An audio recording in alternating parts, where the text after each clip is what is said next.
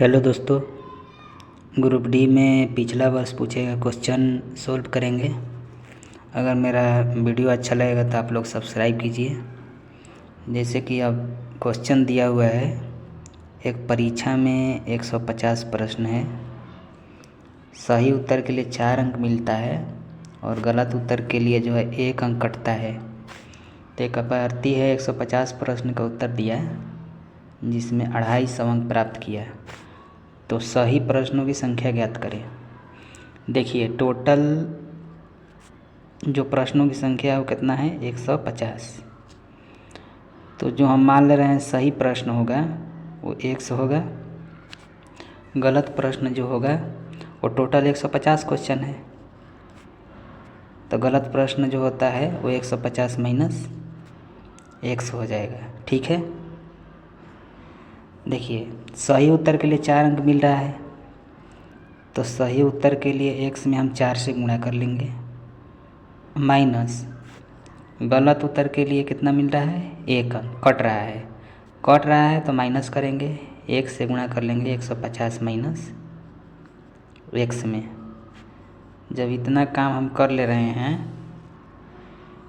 तो क्या प्राप्त हो रहा है, 250 नंबर। तो सही प्रश्न कितना हम किए हैं उसका संख्या पूछ रहा है, तो x माने हैं, तो इसी को सोल्व कर लेंगे। जो x का मान आएगा वही आंसर हो जाएगा।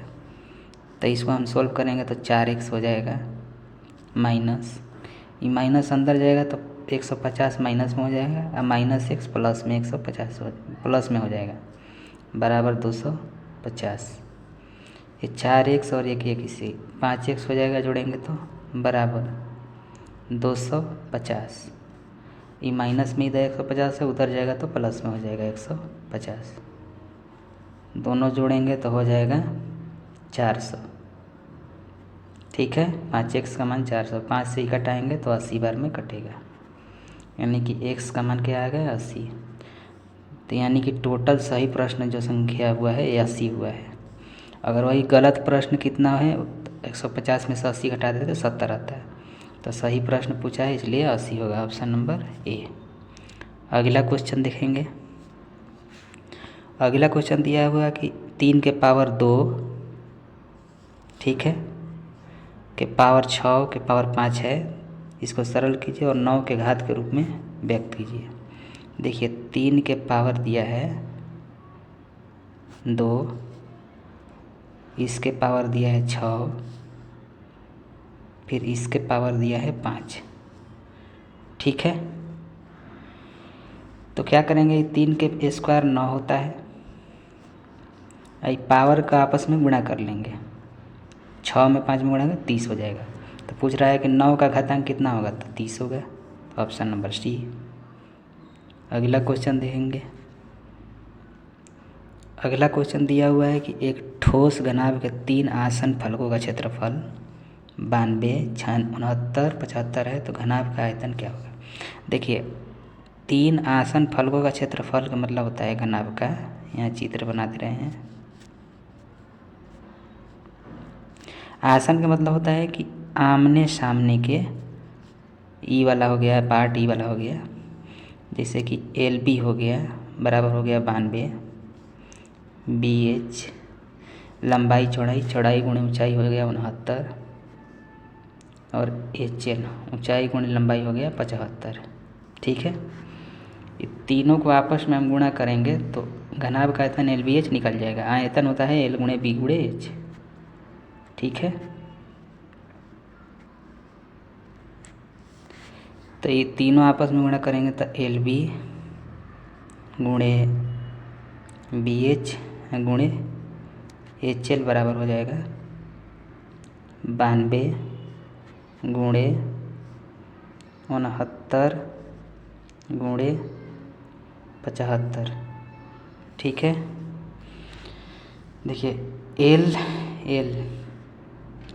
L स्क्वायर B स्क्वायर गुणे H स्क्वायर बराबर, ये 92 को हम क्या लिख सकते हैं, 23 गुणे 4 लिख सकते हैं,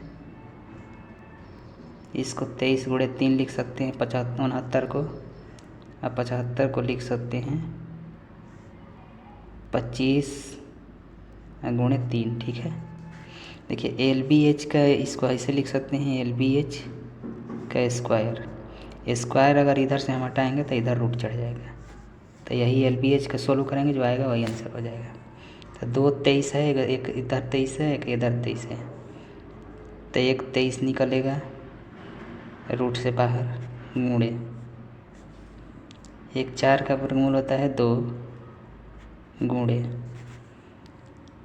3 2 है तो एक 3 निकल जाएगा बाहर, गुणे 25 का स्क्वायर 5, 5 3 15, 15 दूना 30, 30 में 23 में गुणा करिएगा, 23 30 में गुणा करिएगा तो 0 हो जाएगा, 3 गुना 3 गुना 690 आएगा, ऑप्शन नंबर सी। अगला क्वेश्चन देखेंगे, 2 पूरक कोणों का मापों में अंतर। देखिए पूरक कोण का मतलब होता है जो 2 कोणों का है वो 90 डिग्री हो, तो अंतर पूछ रहा है, दिया हुआ है, यानी x माइनस वाई का मान दिया है 22, मान ले रहे हैं पहला कोण है या दूसरा कोण है। अभी बताएं कि 2 पूरक कोणों का योग होता है 90 डिग्री, x प्लस वाई बराबर 90, तो बड़े कोण का माप ज्ञात करिए। तो इसमें जो बड़ा कोण आएगा उसी का आंसर निकाल लेंगे, तो ये दोनों को जोड़ेंगे तो ये वाला y और ये वाला y कट जाएगा, तो x है x 2x हो जाएगा, बराबर 2 और 9 2 11, 2 से ही कटाएंगे 56 बार में कटेगा, यानी कि x का मान आ गया 56 डिग्री। y का मान निकालेंगे तो इसमें रख लेंगे तो क्या हो जाएगा,